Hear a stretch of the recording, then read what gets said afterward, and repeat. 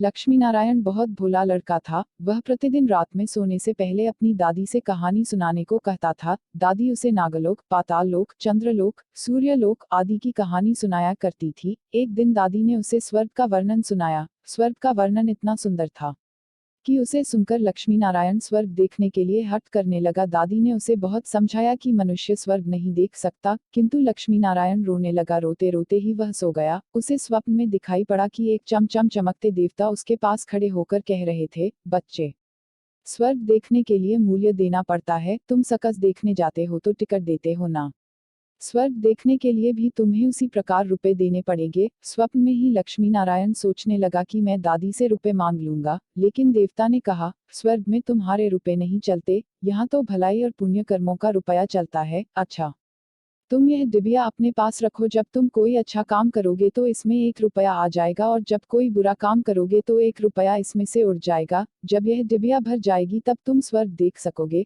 जब लक्ष्मी नारायण की नींद टूटी तो उसने अपने सिरहाने सचमुच एक डिबिया देखी। डिबिया लेकर वह बड़ा प्रसन्न हुआ। उस दिन दादी ने उसे 1 पैसा दिया। पैसा लेकर वह घर से निकला। एक रोगी भिखारी उससे पैसा मांगने लगा। लक्ष्मी नारायण भिखारी को बिना पैसे दिए भाग जाना चाहता था। इतने में उसने अपने अध्यापक को सामने से आते देखा। उसके अध्यापक उदार लड़कों की बहुत प्रशंसा किया करते थे। उन्हें देखकर लक्ष्मी नारायण ने भिखारी को पैसा दे दिया। अध्यापक ने उसकी पीठ ठोकी और प्रशंसा की। घर लौटकर लक्ष्मी नारायण ने वह डिबिया खोली, किंतु वह खाली पड़ी थी। इस बात से लक्ष्मी नारायण को बहुत दुख हुआ। वह रोते रोते सो गया। सपने में उसे वही देवता फिर दिखाई पड़े और बोले, तुमने अध्यापक से प्रशंसा पाने के लिए पैसा दिया था, सो प्रशंसा मिल गई, अब रोते क्यों हो? किसी लाभ की आशा से जो अच्छा काम किया जाता है वह तो व्यापार है, वह पुण्य थोड़ी है। दूसरे दिन लक्ष्मी नारायण को उसकी दादी ने 2 आने पैसे दिए। पैसे लेकर उसने बाजार जाकर 2 संतरे खरीदे। उसका साथी मोतीलाल बीमार था। बाजार से लौटते समय वह अपने मित्र को देखने उसके घर चला गया।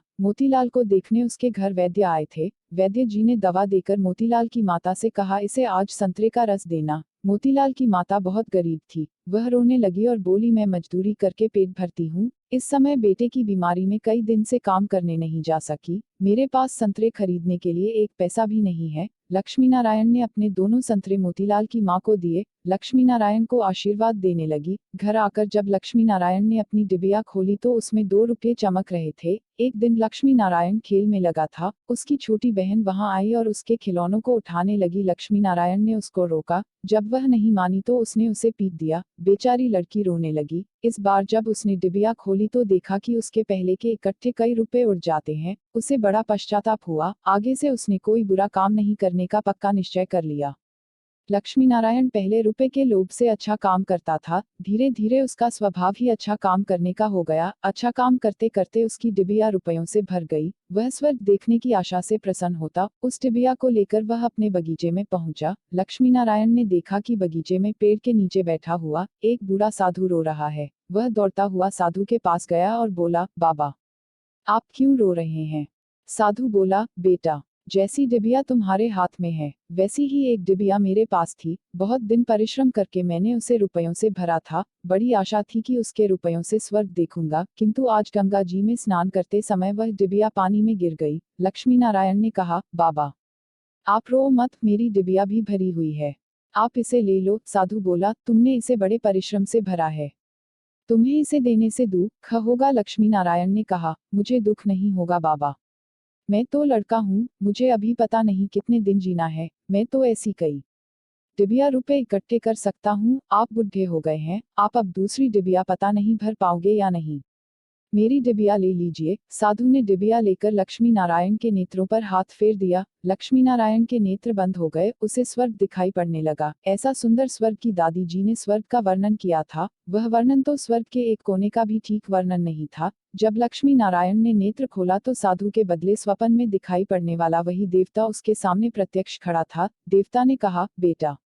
जो लोग अच्छे काम करते हैं स्वर्ग उनका घर बन जाता है। तुम इसी प्रकार जीवन में भलाई करते रहोगे तो अंत में स्वर्ग में पहुंच जाओगे।